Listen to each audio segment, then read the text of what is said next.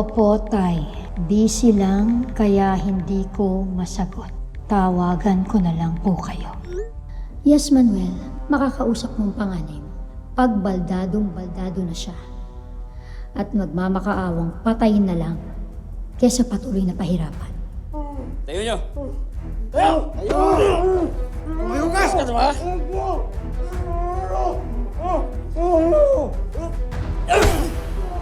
Tayo! Iska ba?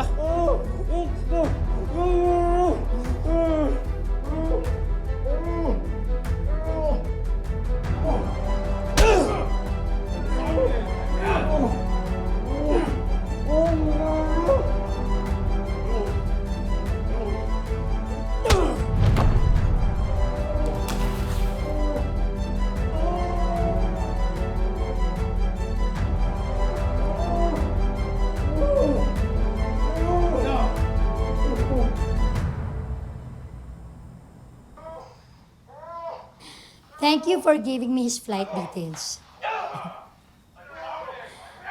Ang satisfying panoorin, no? Isa-isa na silang nakakaranas ng pang-aapi at pananakit na ginawa nila kay Jessica. Saan niyo siya dinala?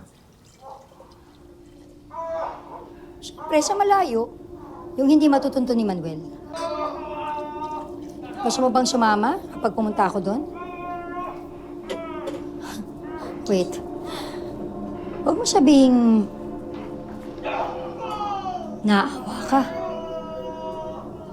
Hazel, mangako ka. Hanggang ganito lang papagawa mo sa kanila.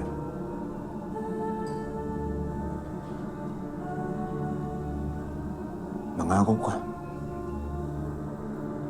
Fine. I promise. Pero kapag bumigay ang katawan ng Jeffrey na yon, hindi ko na kasalanan yun. Hazel. What? Hindi ko naman kontrolado yung suntok ni Alonso eh. Anong gagawin ko? Hindi ganito yung iniisip kong paghihiganti, Hazel. Akala ko, sisirain lang natin ang pamilya ni Manuel. Why are you suddenly willing to kill them? Hindi rin naman yun ang intention ko eh. Pero kung may mamamatay along the way, so be it. Bakit?